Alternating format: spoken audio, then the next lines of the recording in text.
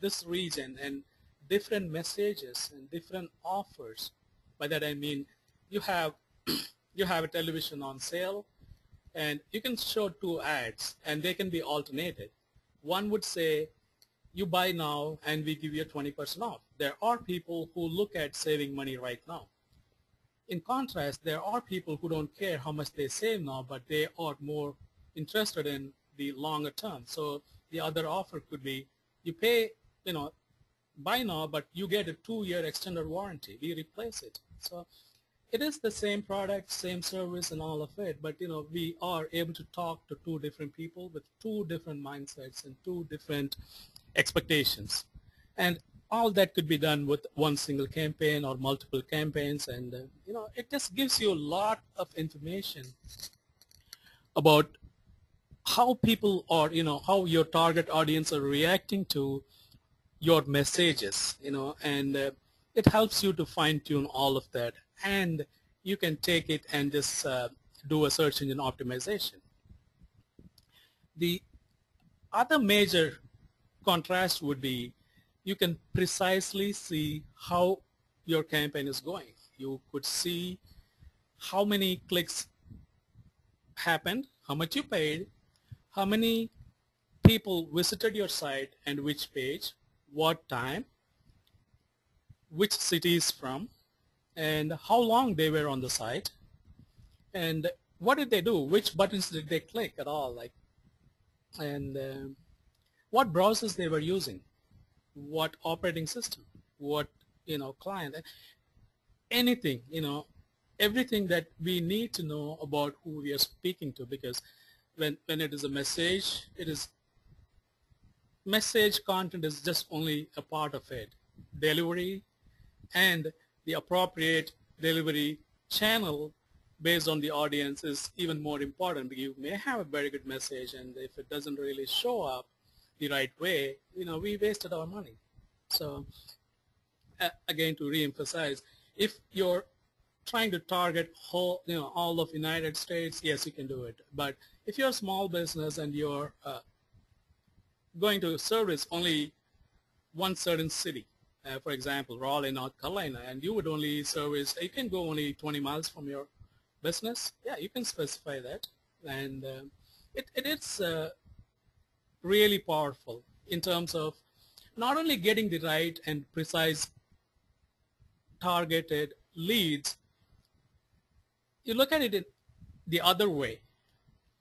Assuming that you're getting 10 leads, and they are really not so targeted, 10 people want to talk to you, and 2 of them may end up doing business with you. You don't know which 2. So what you do, you get 10 leads, you call, all 10 of them. By the time you get to the 2 who would have done business with you, if you call them in the beginning, they've already found somebody else. You took too much time. So it is not only necessary to cut the cost and so on, it is becoming more and more required for the very survival. If you expect somebody to call you for a service you need, if you didn't get called for 3 hours or 4 hours and you have a problem that need to be addressed, yeah, you're going to go find somebody else. So the precise targeting plays a much bigger role than it appears to be. One, it just helps you get the right people. By that, not only you're saving cost and you're able to figure out what is working and you're able to test all of it, it is helping you, not lose the right customers. It is, we can't afford not to do that. Some of the factors that are really essential when we do this is, it's like you first set up the campaign. By that, you just you'll do the keyword research, and Google presents you all the information that you need about every search phrase that you type into. If you type in for CPA, it will come back and tell you income tax returns, anything that the CPA offers. So it just gives you those phrases for you to take a look at, and it also gives you the search volume for those phrases on a monthly average for the last 2 years, 3 years. It could be longer. So you know, even if you are a CPA and you know, you would like to be found by people who are looking for a CPA, there are people who are also using other terms, phrases, and to find what you're offering. So would it hurt to be in front of those people if there's a match? That's what this paid advertisement online offers you. So setting up the campaign is the very critical part in identifying who the target is and just eliminating. For instance, you could just choose not to show up when people use certain words or phrases during their search. People are looking for CPA. Yeah, I want to be found. But, you know, they type in free CPA.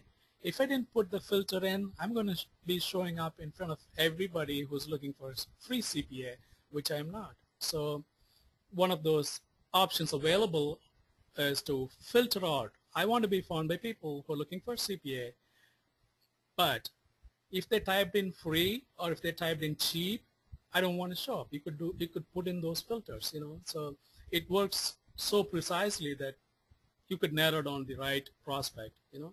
Even to show up in front of them, you know, clicking them is the next part where when they do it, you know, they land on the page which we typically call the landing page.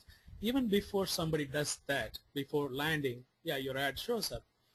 The 3 lines of text that shows up when you advertise on Google AdWords, they are essentially your sales copy. You can have any number of those for every campaign you're running. Mainly, it just is telling people why they should even click this one. You know, if your service is going to cost, you know, people $2,000, you know, it could be whatever. You charge $2,000 for what you do. You don't want people to click who are willing to pay only $500. So you could use this text or the ad copy to tell them everything done on time just for $2,000. Does it say everything? It could. And there are so many other things that you could put into it. So that is page or the phase 1. You set up the campaign, you just decide your message, and you make sure why, you know, give people a reason why they should do it. You know? And also it could be a filtering thing. You know, if people are looking for a $500 CPA and you're saying it's going to be, you know, $2,000, but we'll do it, right? You are qualifying people there. You know, whoever is not willing to pay that is not even going to click it. So you're not going to lose anything, but it will show up. Then they land on your website, whichever page you want them to land. It could be yours, it could be any other page, anything, standalone page. When people are coming there, the most common error I'm seeing in campaigns is people get taken to the home page, you know, and you know, who is advertising is expecting, yeah, people come here, they want to know who I am and all of that. Then what is in it for them? It used to work because there were not too many pages, and, you know, we all had a lot of time doing it. It was fun browsing the internet. Not anymore. We have so much to do, and being on the internet is mostly becoming a job, and it's not too many people would want to do. So your ad is clicked, you're paid the money. So now the next thing is to get the most out of whatever you're paid. If this landing page or this ad is for somebody who's having a leaky bathroom, just tell them what the solution to that problem is right on that page. First, you know, the first thing they should, or better they see, is the solution to their problem. We fix plumbing or leaky toilets in 24 hours, and we are, you know, available 24/7. Does it help? Yeah, it is an answer to them, and if that is what they're looking, that's fine. Then, you know, the other things do come into play. What do you want them to do? You know, well, yeah, I do it. We do all of it. So, okay, what do I do now? What does the visitor do now? Does he call? Does he email you? Or what is it that you expect them to do?